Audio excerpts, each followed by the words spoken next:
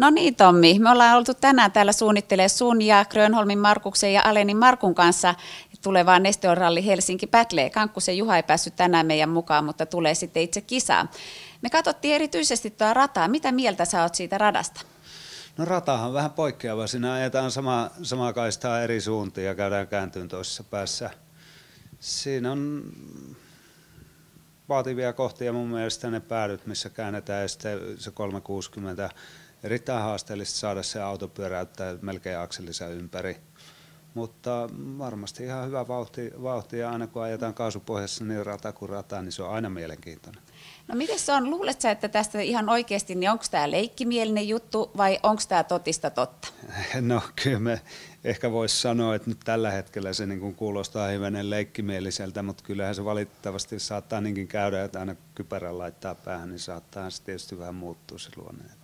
No milläs fiiliksellä sä itse ylipäätään oot siitä, että nyt on mahdollisuus ajaa Helsingin keskustassa, tullaan tänne pääkaupunkiseudun ihmisten luokse ja pääset vielä ajaa nykyistä VRC-autoa? No kiva, joo, kyllähän tässä on niin kuin oikeasti hyvä juttu, että tämmöisen olette saaneet tänne aikaiseksi.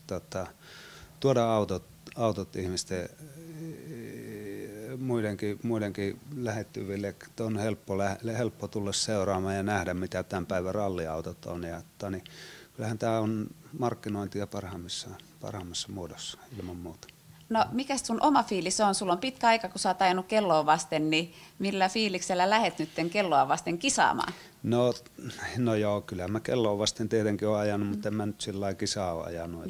Ja aika paljon on tietenkin ajanut joka puolella ja erilaisia juttuja ja muuta, että on lähinnä niin kuin siviiliautopuolella ja jotain tällaista, mutta kyllä ei se nyt tietenkään ole unohtunut se kelloa vasten ajaminen, että kyllähän se ihan selkeä, että kyllä mä luulen, että jokainen keskittyy täysillä kuitenkin ajamaan ja yrittää parasta.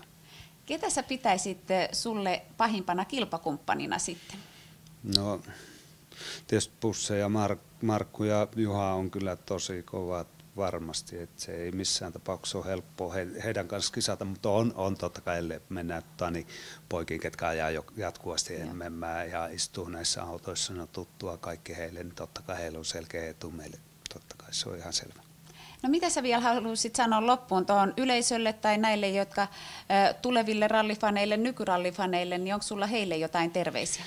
No ei muuta kuin tervetuloa katsomaan kovasti kisaa. Mä uskon, että tulee todella mielenkiintoinen kisa ja fiilistelee vähän, että mitä MM-ralliajaminen on. Eli nähdään sitten 26.7. Hietalahden rannassa, eikö näin? Näin.